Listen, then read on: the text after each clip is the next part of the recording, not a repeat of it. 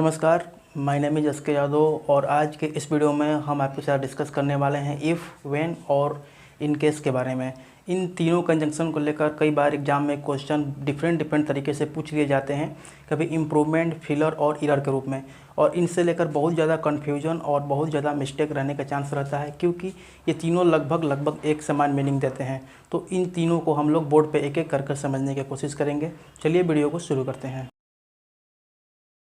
सबसे पहले मैं आपको इनके मीनिंग के अकॉर्डिंग इसको एग्जाम्पल के माध्यम से समझा देना चाहता हूं कि मीनिंग के अकॉर्डिंग किस तरह का अर्थ देते हैं। तो चलिए यहां पे बोर्ड पे लिखे हुए एग्जाम्पल के माध्यम से समझते हैं। पहला एग्जाम्पल मैंने यहां पे लिखा है, यहां पर तीनों एग्जाम्पल मैंने सेम लिखा है, सिर्फ इसमें डिफरेंट है कि आप यहाँ पर क्या फिल कर रहे हैं। तो वो आपको यहाँ पर कंजंक्शन के अकॉर्डिंग यहाँ पर डिफरेंट इसका मीनिंग हो जाएगा।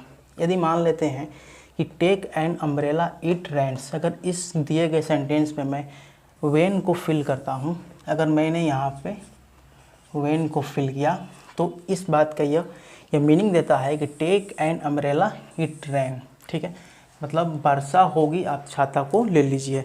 तो इसमें जो इस सेंटेंस से हमको 100% श्योरिटी दिखाई देता है। मतलब कभी भी वेन का यूज करेंगे तो वेन आपको 100% श्योरिटी शो करेगा। मतलब इसमें आप छाता क्या करने वाले हैं, लेने वाले हैं। ठीक है, अगर इसी दूसरे सेंटेंस में यदि हम इफ़ को यूज करेंगे तो इफ़ को यूज करने से इसका मीनिंग चेंज हो जाएगा। अब यह मीनिंग देगा कि यदि छाता आप ले लीजिए, वर्षा होगी, मतलब वर्षा होगी तो आप छाता ले लीजिए। इसका कहने का मतलब सिर्फ यही निकलता है कि वर्षा होगी तो आप छाता ले लीजिए। मतलब ऐसा नहीं है कि आप पहले से छाता ले लेंगे, वर्षा होगी तभी आप छाता को लेंगे। मतलब ये श्योर नहीं है, ये वाला इफ़ के करने के कारण ये श्योर नहीं है।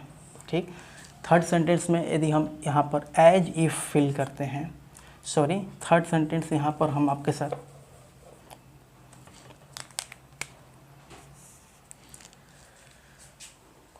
थर्ड सेंटेंस में यहाँ पर यदि हम इन केस यूज करते हैं,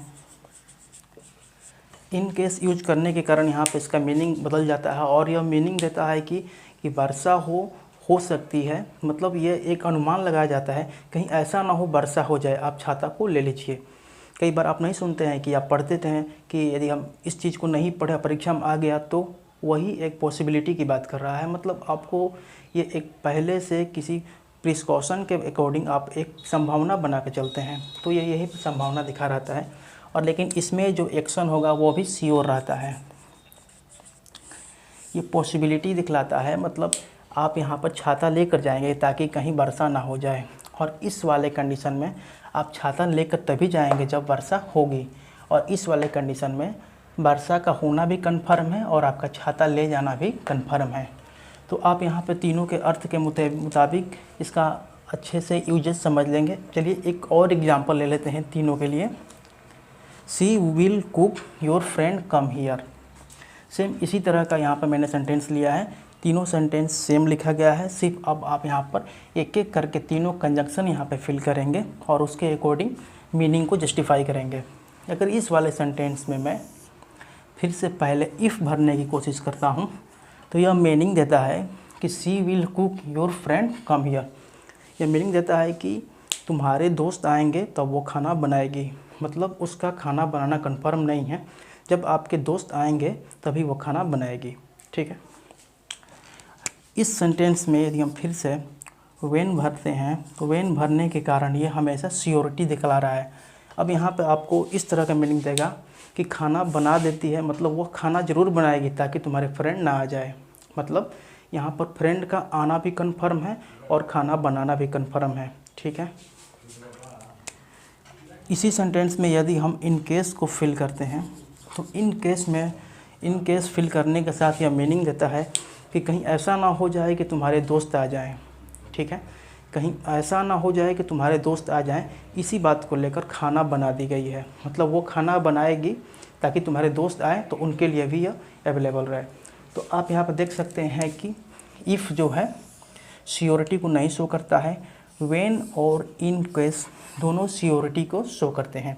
ये तो यहाँ पे आप इसके मीनिंग को समझे हैं। अब एग्ज़ाम में इस तरह के क्वेश्चन यदि आपको दिए जाएंगे तो जनरली आपको इफ़ और इन केस से मिलाकर दिए जाते हैं। ठीक है, और यहाँ पर इसके लिए आपको समझना ज़रूरी है कि इफ़ का यूज तभी करेंगे जब आपके पहले कंडीशन दिया रहेगा, उसके बाद रिजल्ट दिया रहेगा। फिर से मैं आपको रिपीट कर दे रहा हूँ, सेंटेंस में यदि आपको इफ़ यूज करना है तो पहले आपको कंडीशन दिया रहेगा, उसके बाद रिजल्ट दिया रहेगा। और वहीं यदि आपको इन केस यूज करना है तो पहले आपको रिजल्ट दिया रहेगा और आपको उसके बाद कंडीशन दिया रहेगा। ठीक, तो इस चीज़ को यहाँ पर एग्जाम्पल के माध्यम से समझने की कोशिश करेंगे। If I meet with an accident I will claim the policy. यहाँ पे इफ़ यूज किया गया है, यह कहना चाह रहा है कि यदि एक्सीडेंट होगा तो मैं पॉलिसी को क्लेम करूँगा। तो यहाँ पे पहले कंडीशन दिखाया है कि यदि एक्सीडेंट होगा तब वो यहाँ पे जो ये पॉलिसी को क्लेम करेगा। ये जिसका रिजल्ट है, ये पहले क्लेम नहीं करेगा, पहले एक्सीडेंट होगा। ठीक है, तो यहाँ पर यदि आपको क्वेश्चन में फिलर के रूप में यदि यहाँ पे खाली स्थान रहेगा तो आप यहाँ पर इसके मीनिंग के अकॉर्डिंग इफ़ भरेंगे। ठीक, और यहाँ पे दूसरे सेंटेंस में देख सकते हैं कि in case I meet an accident I will buy policy. यहाँ पर पहले ही रिजल्ट दिखा दिया गया है कि आई मीट एन एक्सीडेंट, मतलब उसका एक्सीडेंट पहले ही होगा। यदि वो कह रहा है कि एक्सीडेंट पहले होगा उसके बाद वो पॉलिसी खरीदेगा, मतलब ये इसके अकॉर्डिंग यदि मेरा एक्सीडेंट होगा तो मैं उस पॉलिसी को खरीदूंगा।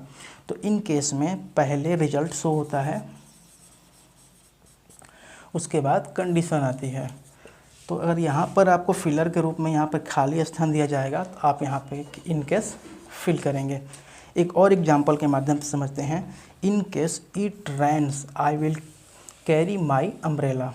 तो यहाँ पर भी आप देख सकते हैं कि इट रेन्स रिजल्ट को पहले दिखाया गया है, उसके बाद कंडीशन को दिखाया गया है। तो कभी भी इस तरह के स्ट्रक्चर आपको क्वेश्चन में मिलेंगे, चाहे वो फिलर हो, इरर हो या सेंटेंस इम्प्रूवमेंट हो, तो आपको उसके साथ इन केस का यूज करना है। तो एक बार फिर से आपको रिपीट कर दे रहे हैं, कभी भी सेंटेंस में पहले रिजल्ट दिया रहेगा और उसके बाद कंडीशन दिया रहेगा तो आप वहाँ पे इन केस का यूज करेंगे।